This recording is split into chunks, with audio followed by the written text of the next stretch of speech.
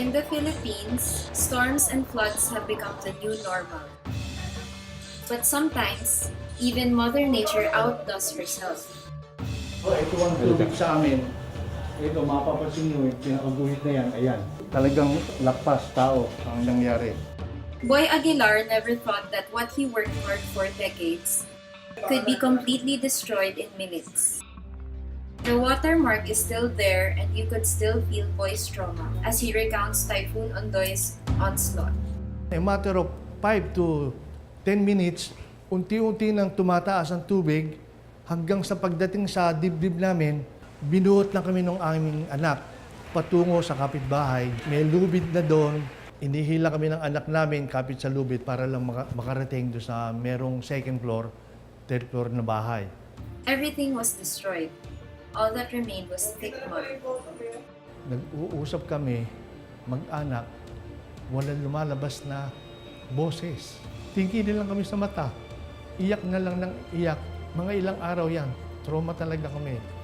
Boy knew they had to rebuild, but with it, a firm resolve that the nightmare should never happen again.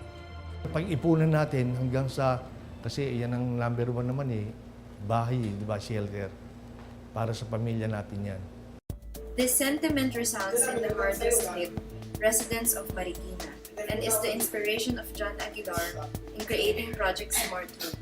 Project Smart Home is a smarter way of building houses. For people who do not have a choice, who live in Marikina or who have land in Marikina, this project really enables you to change the way you think about building houses in the Philippines and in low-lying areas in general. Indeed, to counter extreme weather, you have to make extreme design makeovers. The first floor, for example, is empty except for the car and garage. Bedrooms are on the second floor, while the living room and kitchen are on the topmost floor. This is to ensure that the food supply and appliances are safe.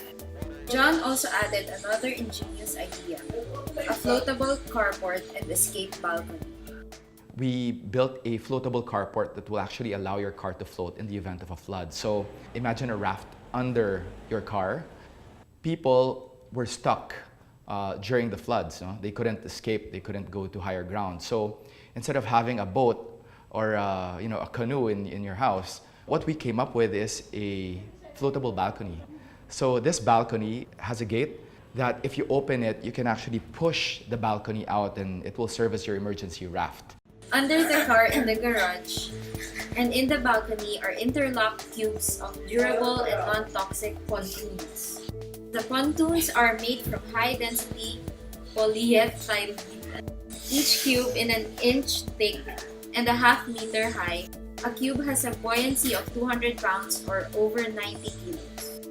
45 cubes joined together can support 9 tons, more than enough for an SUV. Meanwhile, the balcony is made of 8 pontoons with each able to carry 1 person. Actually, the system kasi, it has interlocking to keep the pontoon firm. Kasi without the interlocking, if may current, parang the cubes would just rub each other, so magiging unstable. If with the interlocking system, it gives the firm base. As the water rises, the carport and balcony also rise along with it.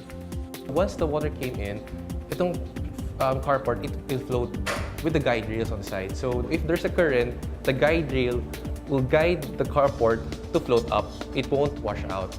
In fact, they have conducted dry runs in the Marikina and Pasig rivers. Dr. Ted Esguerra was one of the first responders in Marikina during Typhoon Ondoy.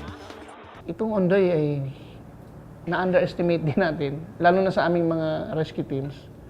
Kasi wala pa kaming tinatawag na saktong hazard mapping that time. So hindi namin nakita yung napakaraming buhos ng ulan. And naghalo-halo yung ating flood. He saw firsthand Ondoy's widespread devastation. Dr. Ted stresses the value of investing in the welfare of your loved ones and hard-earned properties. Being smart is to be ahead of some ugly things. That's the smart thing. Sabi ko let's stop being reactive. Even renowned architect and urban planner Felino June Palafox sees adaptation as the way to go. I have been putting forward the past 42 years for the Philippines how to address hazards before they become disasters through architecture, urban planning, engineering, and the other sciences. Palafox Associates, Palafox Architecture, we had recommended adaptive architecture or adaptive engineering. His proposal to build houses in cities on stilts, connect infrastructure through elevated walkways, or adopt floating houses like those used in some parts of the country. Even the interior design and engineering, like the electrical wirings of the house, should be properly adjusted. But as he emphasized, for genuine, effective change to take place, strong political will and action are a crucial driving force. I've observed that successful cities and countries, they have strong political will, visionary leadership, good planning like urban planning, good design like architecture engineering, and good governance. For John, the ultimate goal of Project Smart Home is to give the residents a different way of looking at house design, with modern and considerations like climate change. If people are able to adapt that into their own designs, then it will enable them to be able to survive a huge catastrophe such as a major flood. And if we help in that way, then I guess we've changed the game. In fact, the design is unpatented and anyone can copy its principles. But perhaps more importantly, the project hopes to encourage adaptation, that we don't have to take nature's breath life.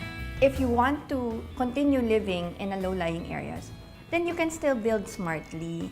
You can adapt to your situation because you want to drive the point and show people that it is possible. It gives hope to those people who do not have choice to uproot themselves